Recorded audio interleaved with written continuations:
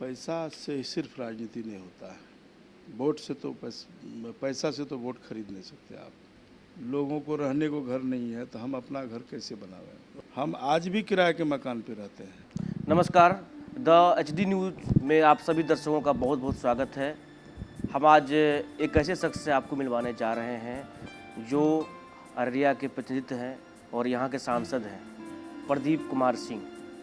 और हमारा जो है कार्यक्रम आपको लगातार आप तक आते रहता है, बोलिए नेताजी, लेकिन आज हम मिलिए नेताजी से ये कार्यक्रम लेके आप सबों के लिए आए हैं। इसमें जो नेता है, जो निकाय के नेता हैं, चाहे वो सांसद हों, चाहे MLA हों, चाहे MP हों, MLC हों, उनकी जो अपनी राजनीतिक कथा है, राजनीतिक जो उनका संघर्ष है, राजनीतिक जो जीवन है, हम उस पर बात करेंगे। अब प्रदीप जी, सबसे पहले आपका बहुत बहुत स्वागत है।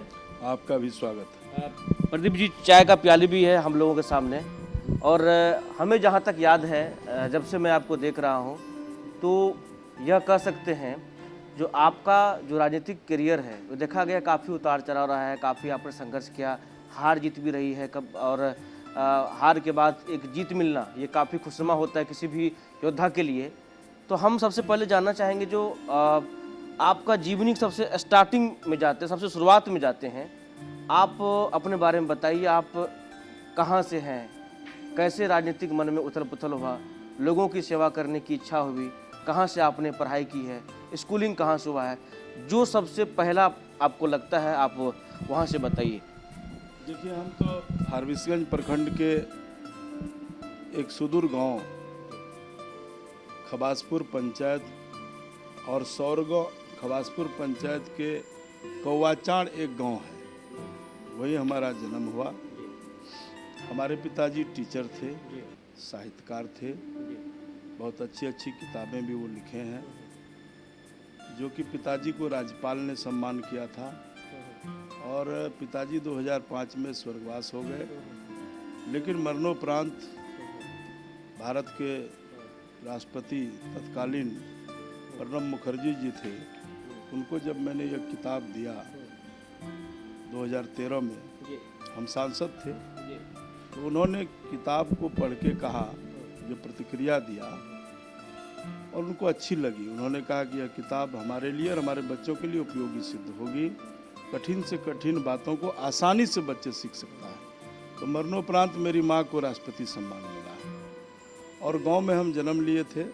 और जिस गांव में जन्म लिए, कौवाचाड़ में, वहाँ चारों तरफ नदियाँ हैं, और जब हम लोग स्कूल पढ़ने जाते थे तो नदी पार करके रोज जाना पड़ता था। और नदी को टप के जब टपते थे तो हम लोग जो है वो पैजामा पहनते थे उस वक्त हाई स्कूल में, तो पैजामा को खोल के हम लोगों को टपना पड़ता था। बहुत देखता, पूरब चले, पश्चिम चले, उत्तर चले, दक्षिण चले, चारों तरफ नदी था। एक परमान नदी घर के पश्चिम, पूरब में एक भुलवा नदी, उत्तर में बहलिया नदी, इस तरह से घिरा हुआ था। और जब हाई स्कूल में पढ़ते थे तब हम लोग बड़ी कठिनाई से साइकिल कंधे में लाद के उठा के टप के जाते थे। और तो ये 80 के बात है, ये 80 के दशक में कहीं कुछ नहीं था, एक रोड नहीं, पुल नहीं, सड़क नहीं, स्वास्थ्य नहीं, शिक्षा नहीं। जब बरसात के समय आता था तो बाढ़ में किसी को सांप काट ले, और गर्भवती माँ बहनों को जब प्रेगनेंस का पीरियड आता था तो डिलीवरी पेशेंट को अस्पताल में चचरी में लेके जाता था, और जब बाढ़ आ जाती थी तो नाव भी उतना नहीं था, तो मर जाना पड़ता था। उस दुख दर्द को हम लोगों ने देखा, और मन में यही हुआ कि कौन कब आज़ादी मिली, कौन यहाँ के सांसद, कौन विधायक, किसी ने कुछ नहीं किया। स्वयं मन में एक ललक हुआ कि खुद हम राजनीति में आएंगे, सेवा करेंगे, और अपने MLA MP बन करके हम इलाका का काम। तो जो आपका क्षेत्र है, जिस क्षेत्र से आपने पढ़ाई लिखाई की है, वहाँ से आपको जो समस्या आपको दिखा, उसके बाद आपके मन में जो है राजनीतिक आकांक्षाएं और वो जो जज्बा है वो आपके मन में आया। प्रदीप जी, अब इससे आगे बढ़ते हैं। स्कूलिंग की बात तो हो गई, फिर आपका कॉलेज लाइफ आता है, उसके बारे में बताइए। फिर वहाँ से जब हाई स्कूल करके आए, अररिया कॉलेज में पढ़े, और चूँकि टीचर थे पिताजी, और गांव में जो जगह ज़मीन था थोड़ा बहुत, वह फसल दह जाता था, बाढ़ आती थी, तो पिताजी ने कहा कि अररिया चलो, वहाँ कॉलेज भी करना और वहीं हम लोग रहेंगे और वहीं पे कोई बिजनेस करना, छोटा मोटा भी काम करोगे पढ़ लिख करके तो यहाँ तो गांव में पेट भरेगा नहीं, क्योंकि बाढ़ का एरिया है, जगह ज़मीन में फसल होता नहीं है, इस नाते शहर चलो। तो पिताजी हाई स्कूल अररिया में मिडिल स्कूल में पोस्टिंग करवाया, उधर गांव में कहीं स्कूल में घाटबिना में थे। यहीं हम लोग फिर हाई स्कूल कॉलेज में पढ़े। पढ़ लिख करके मन में तो वहीं से था जज्बात कि भाई राजनीति में आना है। तो 1990 में हम राजनीति में आए। क्रांति मोर्चा नाम का एक संस्था बना, उसी में हम लोग उस इलाके में जूट की लड़ाई होती थी, पटवा का खेती होता था। पटवा कहा जाता है। पटवा का, जूट का उचित मूल्य मिलना चाहिए किसानों को, धान का, फसल का, यानी गरीबों की लड़ाई हमने शुरू किया और काफ़ी संघर्ष करते करते करते 2000 तक किसी पार्टी ने टिकट नहीं दिया। तो 2000 में मैंने खुद निर्दलीय लड़ा चुना और जब निर्दलीय, कहाँ से? अररिया विधानसभा से, क्योंकि अररिया ही रहना था तो अररिया ही निर्दलीय लड़ा और उस वक्त निर्दलीय लड़ करके कुर्सी छाप मुझे मिला था। और वहाँ लड़ करके 22,000 में एमएलए हो गया था और हम उस वक्त में 16 साढ़े हज़ार वोट लाए थे। तो बहुत न लाए और जो पार्टी के उम्मीदवार थे, चाहे वो बीजेपी का हो, कांग्रेस का हो, वो सब मेरे बराबर वोट लाया था। फिर 2001 में काफ़ी मनोबल बढ़ा कि भाई अब हम 22,000 में अररिया के एमएलए होता है तो हम तो अब 16,000 निर्दलीय लाए हैं, तो फिर मेहनत करें। लेकिन 2001 में भारतीय जनता पार्टी के कई नेता थे और पार्टी का बड़ा लगा कि नहीं, राष्ट्र के लिए काम करने वाली पार्टी है और इस पार्टी में जुड़ना चाहिए। और पुनः 2001 में भारतीय जनता पार्टी में विधिवत हमारी ज्वाइनिंग हुई। इसमें नंद किशोर जी प्रदेश अध्यक्ष थे और सुशील जी से मुलाकात हुई और तब पार्टी में ज्वाइनिंग हुई विधिवत।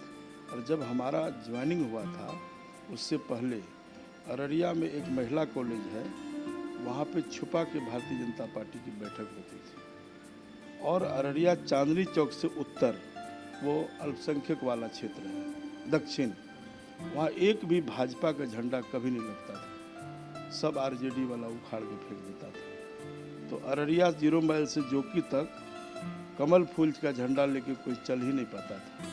हमने पार्टी में ज्वाइन किया। कई बार शाहनवाज जी समय मिनिस्टर हुआ करते थे, किशनगंज से सांसद थे, तो उनके कार्यकर्ताओं पर भी हमला हुआ, बहुत तरह का झमेला हुआ, क्योंकि एक पार्टी का, एक व्यक्ति का यहाँ। प्रदीप जी आएंगे, इन तमाम सवाल पे आएंगे, लेकिन उससे पहले हम एक जो है विषयवार सवाल करेंगे। लोग जो भी युवा अवस्था में लोग रहते हैं, कॉलेज करते हैं, स्कूल करते हैं, कॉलेज करते हैं, उन्हें मन में कहीं ना कहीं ललक होती है जो हम भी 2000 पैसे कमाएं। आप राजनीति में बता रहे हैं 2001 में आपने चुनाव लड़ा, उसके लिए जनता की आवाज़ उठाते रहे, अपने पॉकेट खर्च या अपने जीविका चलाने के लिए आपका क्या माध्यम क्या था? मेरा मानना है कि पैसा से सिर्फ राजनीति नहीं होता है, वोट से तो पैसा से तो वोट खरीद नहीं सकते आप। मन में आदमी को ललक होना चाहिए, इच्छा शक्ति होनी चाहिए। हमारे पास कोई टीचर के बेटा कहाँ से हमको टिकट मिलेगा, लेकिन जब हम इंडिपेंडेंट लाए 16,000 वोट, तो कहीं न कहीं तो जनता के बीच हम काम करते थे, सोशल वर्क करते थे, लोगों के दुख दर्द में सम्मिलित होते थे। किसी प्रकार कोई गरीब आवेगा भूखा तो हम देंगे खाना, कोई बोलेगा कि इलाज करने के लिए देंगे, अगर 10 टका है तो ज़रूर उसमें से 5 टका निकाल दो, खाओ तुम करो। सेवा भाव होना चाहिए और हम सेवा भाव से काम करते हैं शुरू से। राजनीति को पेशा नहीं समझा, राजनीति करने वाले को नैतिकवान, ईमानदार, चरित्रवान, पुरुषार्थ ये होना चाहिए। लंबी राजनीति करने के लिए ईमानदार बनना पड़ेगा। ऐसे तो पार्टी के नाम पे आंधी में, तूफान में एक आध बार कोई बन जाएगा, अंधों को लाठी मिल जाती है, लेकिन बार बार नहीं मिलेगी। तो लंबी राजनीति करने के लिए लगातार क्षेत्र में आप MP MLA बने रहें, उसके लिए आपको ईमानदार बनना पड़ेगा। अच्छा प्रदीप जी, ठीक है, आप संघर्ष का बार बार जिक्र कर रहे हैं और अपने संघर्ष की व्यथा बता भी रहे हैं, आपने काफ़ी संघर्ष किया। भारतीय जनता पार्टी को ज्वाइन करने के पीछे क्या प्रेरणा क्या थी उस समय में? 2001 की बात बता रहे हैं। उस समय एक भारतीय जनता पार्टी के लिए गोल्डन पीरियड था। उस समय अटल जी की सरकार भी थी। तो उस समय जो आप ज्वाइन किए थे, आप क्या आपका उद्देश्य क्या था? उसके पीछे क्या रीजन थी? मैंने सभी पार्टियों का अध्ययन भी, चूँकि सोशल काम करते थे तो पार्टियों का भी अध्ययन करते थे कि 70 साल हो गए कांग्रेस का, आज़ादी का, अब तक कुछ नहीं देश में, गांव में बिजली नहीं है, पानी नहीं, स्वास्थ्य नहीं, शिक्षा नहीं, ये कैसी सरकार। और फिर लालटेन वाला सरकार चला एक युग में, तो उसमें जंगल राज, गोली बंदूक अपहरण, सब उद्योग चलने लगा। तो मुझे लगा कि ये सब प्राइवेट लिमिटेड पार्टी है और कोई राष्ट्रवाद की बात करता है, समाज सोशल की बात करता है। उसमें अटल जी प्रधानमंत्री हुआ करते थे। ये जो 4 लेन अररिया में देख रहे हैं, स्वर्ण चतुर्भुज भोज अटल जी लाए थे। तो अटल जी को जो हम लोग पढ़ते थे, उसका जीवनी देखते थे, और भारतीय जनता पार्टी का जो हम लोग पढ़ा, उसकी बातों को देखा। दिया छाप से जो श्यामा प्रसाद मुखर्जी जी जैसे लोग, पंडित दीनदयाल उपाध्याय जैसे लोगों का, जब उनकी किताबों को, रचना को जब पढ़ा, तो फिर लगा कि नहीं, यही एक पार्टी है जिसका सिद्धांत है, वसूल है, इसी पार्टी में काम करना चाहिए। तो 2001 में विधिवत इसी अररिया शहर में प्रदेश अध्यक्ष नंद किशोर जी थे, आए, बड़ी धूमधाम से हमारी ज्वाइनिंग भी हुई। और तब उसमें में झंडा हम पूरा लगवाया जहाँ नहीं लगता था कभी। और पहली मरतबा अररिया में आज़ादी के बाद अररिया विधानसभा से 2005 में पार्टी ने फिर 4 साल में लगातार संघर्ष किया पार्टी के लिए, और पार्टी के कार्यकर्ता को बढ़ाया, संगठन को मजबूत किया, ताकतवर बनाया। और अररिया में 2005 में पार्टी ने टिकट दिया और अररिया विधानसभा से मैं विधायक 600 से जीता मात्र। और पुनः सरकार 2005 में, और जब सरकार नहीं बनी तो फिर 9-10 महीने के बाद चुनाव हुआ, तो फिर हम 4000 से जीते, दोबारा जीत गए, और मनोबल बढ़ा, और काम करने की इच्छा लगा कि भाई दोबारा हम जीत गए। और सांसद विधायक रहते 3.5 साल मैं विधायक के रूप में अररिया का सर्वांगीण विकास किया, काफ़ी काम किया, रोड का, पुल का, सड़क का, बिजली का। और फिर 2009 में यह लोकसभा क्षेत्र रिजर्व था, 9 में यह जनरल सीट हुआ। और हमारे नेता सुशील मोदी जी ने, उस समय वो मुख्यमंत्री हुआ करते थे, आज भी हैं, तो उन्होंने कहा कि पार्टी में प्रदीप जी आपको लोकसभा चुनाव लड़ाएंगे। मैंने मना किया कि क्यों लड़ाइएगा, बोला कि नहीं, लड़ना पड़ेगा, लड़िए, आप अच्छे कार्यकर्ता हैं। पार्टी को हम पर भरोसा हुआ और पार्टी ने बुला करके फिर लोकसभा के लिए हमको टिकट दिया। फिर 9 में भी मैं चुनाव जीता, निर्वाचित हुआ, और जीत करके फिर अपने काम में लगा रहा, इसी तरह से पार्टी के काम करते रहे। 14 में दल का गठबंधन में टूट हुई और हमारी हार हुई, क्योंकि अति पिछड़ा को ही नीतीश जी भी टिकट दे दिया और इधर से हम लड़े, तो वोट का डिवीज़न की वजह से हमारी हार हुई। फिर 14 में उपचुनाव हुआ, तो उपचुनाव में ये, यहाँ उपचुनाव की बातें हम करेंगे। उपचुनाव घमासान हुआ था, एक साथ 2-3 जगह पे, 4 जगह पे चुनाव हुई थी, हमें याद है। और पररिया भी हॉट सीट माना जा रहा था, तो सरफराज आलम थे और आप थे। तो कैसा रहा उस जो उपचुनाव का अनुभव और जो 14 का चुनाव का अनुभव, दोनों को अगर जिक्र करेंगे तो कौन सा आपके लिए टफ समय था? देखिए, उपचुनाव टफ इसलिए हो गया कि आप देखिएगा कि जब चुनाव हम लोग लड़े थे, जो कि हाट विधानसभा वो अल्पसंख्यक वाला क्षेत्र है, 80 से 90% वोट पोल होता है, अररिया में भी, तो अल्पसंख्यक वोट काफ़ी पोल किया। और जो हमारे भारतीय जनता पार्टी का वोटर है, वो एक मतदान केंद्रों को मैंने निरीक्षण किया, तो मुझे लगा कहीं 35%, 40%, हाईएस्ट 45-50% वोट पोल हुआ। तो मतदाता घर से नहीं निकला, वोटिंग नहीं हुआ कि 1 साल का चुनाव है, कोई वोट गिराने गया नहीं गया, इंटरेस्टेड नहीं हुआ। तो इसलिए उसमें मैं हार हुई। उस वक्त में भी 4,47,000 वोट पड़ा, और वो बोकस भी हुआ था जो कि अररिया। तो बाद में फिर जनरल चुनाव में नहीं, अब इस पे भी आएंगे, क्योंकि लगातार अगर पार्टी आप 2009 में एमपी बनते हैं, 14 में टिकट दिया जाता है, उसमें भी हार होती है, उपचुनाव होता है, उसमें भी हार हो जाती है। वजह आपने बताई हमें, जो बजट था, लेकिन क्या पार्टी कहीं ना कहीं फिर कोई सवालिया निशान या कहीं ना कहीं आपको टिकट के लिए संघर्ष करना पड़ा, हम ही जानना चाहेंगे, या पार्टी फिर से पुनः दे दी, ये क्या है? हमें टिकट के लिए पार्टी में कभी संघर्ष नहीं करना पड़ा, क्योंकि चुनाव में लगातार 2 बार विधायक, तीसरा बार एमपी बना, 14 हारे। तो हारे तो पार्टी में यहाँ 40% मुस्लिम वोट है, अल्पसंख्यक 40%। यहाँ कमल खिलना आसान नहीं होता है, काफ़ी संघर्ष है। तो दल टूटा, गठबंधन टूटा, इससे हार हुई। हम अपने वजह से नहीं हारे, यहाँ हार हुई। 221 लाया जेडीयू वाला, क्योंकि वो भी एक ही कैटेगरी के उम्मीदवार थे, हम और वो एक ही समुदाय के लगभग आते हैं, जेडीयू से और बीजेपी से, लेकिन वोट घटा नहीं। जब हम 9 में जीते थे तो 282 वोट लाए थे, और 14 जब हारे तो 265 लाए थे, तो 15-20 हज़ार कम लाए, लेकिन 221 जेडीयू वाला लाया, तो वोट घटा कहाँ। और 14 भी हारे हैं तो 4,47,00,000 हारे हैं। इसलिए वोट से नहीं हारे, समीकरण से हारे थे, हार हुई थी हमारी। तो और हम चुनाव 14 में जो हार के भी हम ये नहीं समझे कभी कि अब हम हार गए हैं, हमारी जवाबदेही समाप्त हो गई, अब हम एमपी नहीं हैं।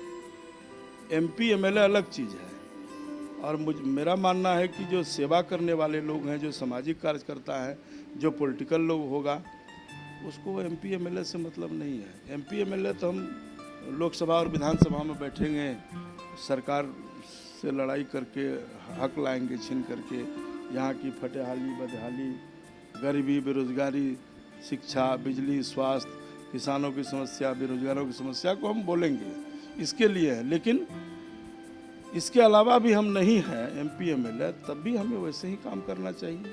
तो हम लगातार काम करते रहते हैं, पद तो आना है और जाना है। तो भारतीय जनता पार्टी की एक मजबूत सिपाही और राष्ट्रवाद कुट-कुट के भरा हुआ है, साहित्यकार का बेटा हूँ, और जिस दिन 10 गरीब का काम मैं नहीं करता हूँ उस दिन मुझे मन नहीं लगता है। पंडित जी, शायद आप लगातार क्षेत्र में जुड़े रहे, 2-2 हार के वजह से, मतलब 2-2 हार झेलना किसी भी एमपी के लिए एक मायने रखता है। आप क्षेत्र में बने रहे, इसी का नतीजा कहीं ना कहीं आप जो रिटर्न बैक जो हुए, एक अच्छा आपको मत आया और अच्छा खासा भूमिका रही आपकी, क्या? बिल्कुल, देखिए मैं सब कार्यकर्ता से कहता हूँ कि 2001 से 2019 तक 20 तक आ गया, लगभग 20 साल हमारी पार्टी में हो गई।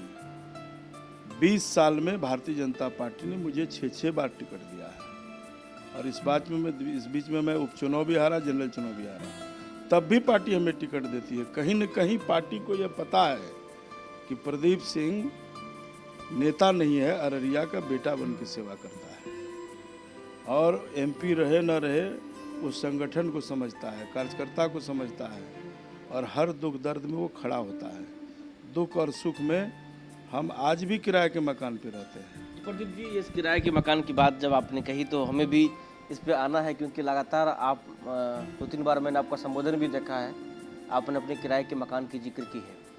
सबसे पहले हम आएंगे, आपने साहित्यकार का बेटा कहा। साहित्यकार का बेटा कहने का जो है उसके पीछे कुछ न कुछ एक लॉजिक होगा, कुछ न कुछ उसका एक परिभाषा होगा। हम आपके जुबानी जानना चाहेंगे कुछ ऐसी चीज़ें जो आपको अभी भी आपके दिल को छूती होंगी, वो चीज़ें, वो हमसे एक बार बयां करिए। देखिए, मेरे पिताजी ने मुझे कहा, अपने पिताजी से मुझे प्रेरणा मिली, और अच्छे शिक्षक भी थे, कि जीवन में अगर आगे बढ़ना है, जो काम आप करते हो, राजनीति करते हो तो ईमानदारी से करना, और राजनेता को ईमानदार होना चाहिए, नैतिकवान, चरित्रवान, निष्ठावान, और लंबी राजनीति करोगे तो ईमानदार बनना पड़ेगा, सेवा भाव होना चाहिए मन में। तो हम एक संत और साधु की तरह काम करते हैं। मेरे लिए पैसा कुछ नहीं है, मैं चुनाव जब लड़ता हूं तो 10 हमारे मित्र मदद कर देता है। 1 लाख रुपया बैंक में नहीं मिलने वाला है, कहीं आप जांच करवा लीजिए। 4 बार मैं एमएलए एमपी रहा, और हिंदुस्तान में मेरा दावा है कि 4 बार एमएलए एमपी रहने के बाद भी मैं पहला सांसद हूँ। आज भी मैं किराए के मकान पे हूँ। ये किराए की मकान का जो है और ये कोई बनावटी नहीं है। जानना चाहेंगे किराए के मकान मतलब कैसे और क्यों? क्योंकि आप एक जनप्रतिनिधि हैं, आप स्वयं के मकान में भी रह सकते हैं। किराए के मकान में रहने के पीछे कुछ मैसेज या फिर उसके लिए कुछ सिद्धांत, ये सब बातें हम जानना चाहेंगे। देखिए, 5 साल के लिए जनता वोट देती है। हम साधारण परिवार में जन्म लिए हैं। एक मकान बनाने के लिए कम से कम जो है करोड़ टका चाहिए। 5 कट्ठा जमीन लीजिएगा ना, तो करोड़ रुपया मैंने कभी देखा नहीं अभी तक। दरमाहा तनख्वाह से क्या होगा? नहीं हो सकता है। हालांकि 10 आदमी को कहेंगे तो आज भी बना देगा। अगर कह दे कि 10 लोग हमारे दोस्त मित्र हैं, बोलेंगे कि बना दो, बना देगा। लेकिन बना तो देगा लोग, तो लोग कहेगा कि प्रदीप जी कहीं ये लूट के तो नहीं बना लिया। इसीलिए ये पब्लिक है, सब जानती है। तो इसके वजह भी एक बड़ा है कि हम अपना जिस तरह से रहते हैं, कोई पैतृक संपत्ति नहीं ना हमारे पास जो हम 5 करोड़ का बिल्डिंग बना लेंगे। इसलिए राजनीति करने वाले आदमी को साधारण रहना चाहिए, सिंपल लिविंग, हाई थिंकिंग। कितने दिन से रह रहे हैं पर उस किराए के मकान में? कितने दिन से रह रहे हैं? एक घर हमारे हैं, ऐसा नहीं कि घर नहीं है। पिताजी जब रिटायर किए थे 2000 में, तो उन्होंने जब पेंशन उनसन मिला था, तो एक घर वो नहर के किनारे हमारे अररिया में ही अपना मकान है। वो 2 मंजिला मकान बना है, 5-7 कमरे का है। रिटायरमेंट का पैसा मिला तब, तो वहाँ पे ऑलरेडी हमारे 2 भाई हैं, माताजी हैं अभी, वो रहती हैं। तो मैंने भाइयों को छोड़ दिया है। मुझे लगता है कि हम जब सामाजिक कार्यकर्ता थे तब से अलग से रहते हैं किराए पे। 30 साल से लगभग वहाँ रहते हैं, आज भी है वैसे, उसी मकान पे। वही पलंग है, वही कुर्सी, वही टेबल है, कोई परिवर्तन नहीं है। आप भी जाएंगे कभी तो देख लीजिएगा, मेरे घर में आज भी सोफा नहीं मिलेगा। मैं जब चुनाव हारा था तब अपने घर में एसी लगवाया था, अब आराम करना चाहिए थोड़ा। कभी मैंने एसी भी नहीं लगवाया था। तो क्या है कि शौक नहीं है कि अच्छा मकान में रहें। लोगों का घर नहीं है, लोगों को रहने को घर नहीं है, तो हम अपना घर कैसे बनाएं? मुझे लगता है कि सबका घर जिस दिन बन जाएगा, जब सब लोग रहने लगेंगे अच्छे, तब हम भी एक साधारण घर बनाएंगे। इस बार सोचे हैं कि कुछ बनना चाहिए। अब लोग खुद कह रहा है कि एमपी साहब अपना घर बनाइए, तो एक घर बनाएंगे, सिंपल घर बनाएंगे। जी, कहीं ना कहीं बिल्कुल आपकी जो ये सादगी है देखने को मिल रहा है और आपके बातों से दिखता भी है। हम ये जानना चाहेंगे, जो किसी भी सफल पुरुष के पीछे जो होता है, कहा जाता है, हम लोग जो देखते हैं, सुनते हैं, पढ़ते हैं, महिला का हाथ होता है। तो आपकी जो धर्मपत्नी है, उनकी क्या भूमिका रही है आपके राजनीतिक जीवन में? कितना सपोर्ट रहा है? क्योंकि उतार चढ़ाव ज़िंदगी में देखने को मिलता है, कष्ट भी देखने को मिलता है। तो इन सब के बीच में जो है आपकी पत्नी की का क्या रोल रहा है आपके जीवन में? देखिए, सबका रोल है, पत्नी का भी अच्छा रोल है। उन्होंने काफ़ी सपोर्ट किया है जीवन में। हम राजनीति करते रहे हैं। कभी जब घर से निकलते हैं तो रात 2 बजे आते हैं, और शायद किसी का पत्नी ये बात बर्दाश्त नहीं करती कि 2 बजे 3 बजे आप क्यों आते हैं। लेकिन मेरी पत्नी ने शुरू में तो जब नए शुरुआत किए थे तो कहती थी क्या इतना लेट आते हैं, लेकिन बाद में वो जानती चली गई कि भाई राजनीति करने वाले लोग हैं, लोगों के बीच जाते हैं, क्षेत्र जाते हैं, गांव जाते हैं, इनको फुर्सत नहीं मिलता। तो वो भी समझ गई तो काफ़ी सपोर्ट की वो, और आज भी सपोर्ट में है। अगर परिवार साथ न दे तो फिर आपको आगे बढ़ने में दिक्कत हो जाएगी। तो पत्नी भी हमारे तरह कदम से कदम मिला करके साथ दी है, और काफ़ी साथ दी है। और बच्चे भी हमारे जो पढ़ती है सब। कितने बच्चे हैं प्रदीप जी? 4 बच्चियाँ हैं। बड़ी बेटी डॉक्टर बन रही है। जीवन में मैंने यही एक काम किया कि बच्चों को पढ़ाया, बढ़िया स्कूल में पढ़ाया। बड़ी बेटी डॉक्टर बन गई है, लगभग 1 आध साल और लगेगा। दूसरी बच्ची जो है MBA CA दोनों कर ली है, IBS हैदराबाद से, उसमें जॉब भी मिल गया है। तीसरी बेटी क्लैट से लॉ कर रही है, लास्ट साल है, अभी निकल जाएगी इस बार 2-4-6 महीना में बेंगलोर से। और चौथी बेटी बोली कि हम मास कम्युनिकेशन पढ़ेंगे, तो आप लोगों के लाइन पे आना चाहती है, जर्नलिज्म कर रही है, तो उनको ये बनने का सब। मैंने बच्चों को भी जो इच्छा जताई कभी बच्चियाँ कि मैं ये करूँगी, तो अपने हिसाब से मैंने कहा कि जिसमें आनंद लगे वही करो, तो वही कर रहा है।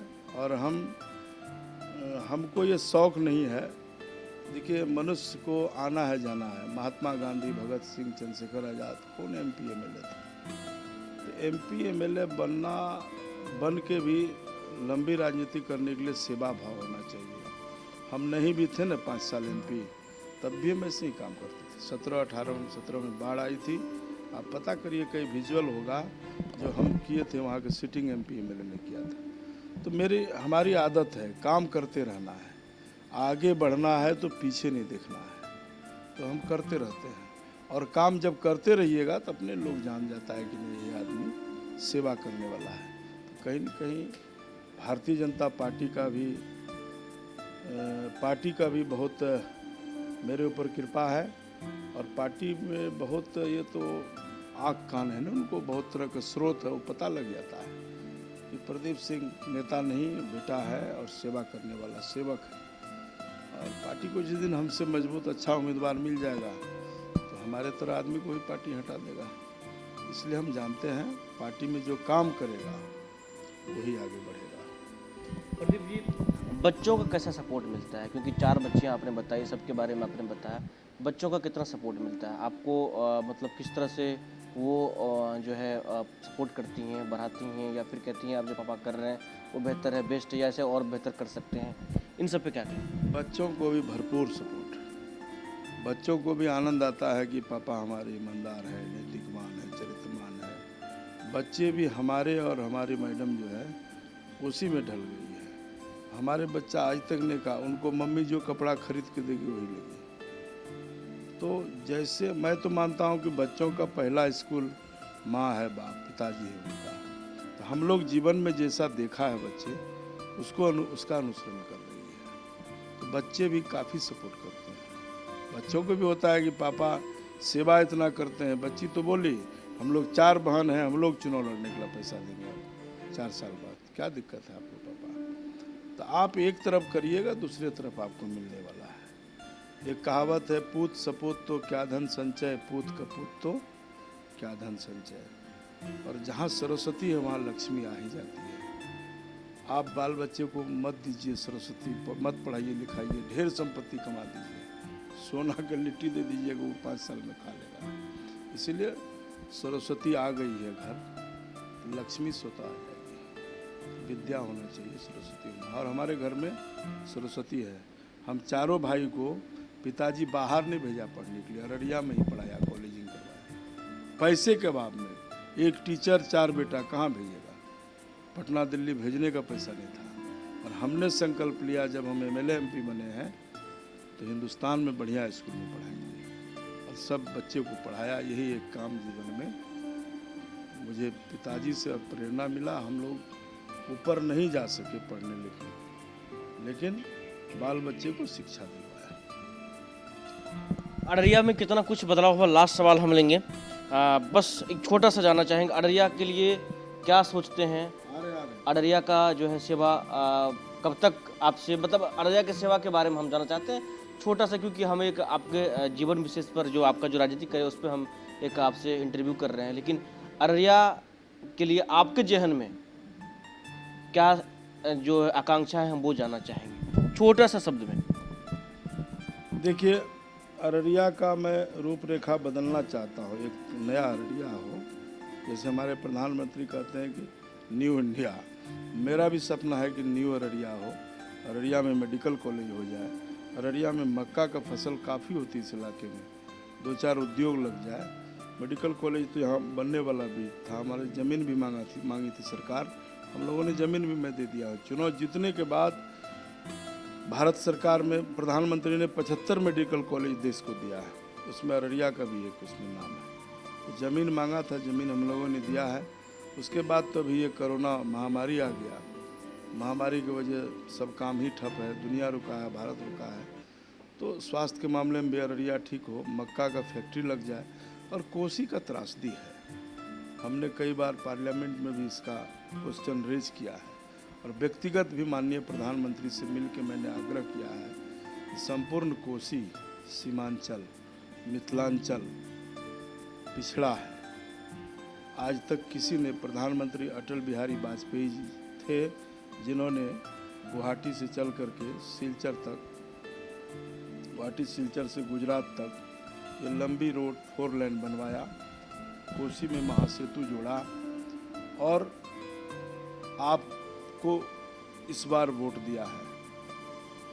आप पर उम्मीद है लोगों का और संपूर्ण मिथिलांचल और कोसी का दर्द लेकर के आपके पास आया हूँ। आपको देख रही है वहाँ की के लोग, जनता आपसे उम्मीद है कि कोसी से आप मुक्ति दिलाइए। ये बाढ़, रोड, पुल, सड़क, जान माल, किसान का फसल जो हर साल बर्बाद होता है, और कोसी में बाढ़ से मुक्ति दिलवाइए। और यही हम संदेश लेकर आए हैं। नेपाल में डैम बनवाइए या नदियों का तटबंध बनवाइए और बाढ़ से मुक्ति अगर करा देंगे तो कोसी खुशहाल हो जाएगा। और पूरी जनता वहाँ की मिथिलांचल की आपको देख रही है और आपसे उम्मीद है, मुझे आशा नहीं पूर्ण विश्वास है लोगों को कि आप ही काम करेंगे, और आप नहीं करेंगे तो भविष्य में नहीं होगा। तो प्रधानमंत्री ने भी आश्वासन दिया है कि कोसी हमारे दिमाग में है, जहन में है। हम सब प्रयास कर रहे हैं कि संपूर्ण कोसी बिहार, जो हमारा बेल्ट है, पूर्णिया, अररिया, किशनगंज, कटिहार, सुपौल, मधेपुरा, सहरसा, ये 2-3 जो ये है दरभंगा से पूरब, इसका डेवलपमेंट होना चाहिए हर क्षेत्र में, कृषि के क्षेत्र में, स्वास्थ्य के क्षेत्र में, शिक्षा के क्षेत्र में, और किसान हित में मक्का का फसल होता है, नदियों का सुरक्षात्मक बांध बन जाए। इन तमाम मुद्दों को लेकर के हम चाहते हैं कि परिवर्तन हो, ये सब हो, यही हमारा सपना है और यही यहाँ की जनता का भी आवाज़ है। ये हमारे साथ मिलिए नेताजी से इस कड़ी में प्रदीप सिंह जी थे, अररिया के सांसद हैं। बाकी देश और दुनिया की तमाम खबरों के लिए आप देखते रहे HD न्यूज़। नमस्कार।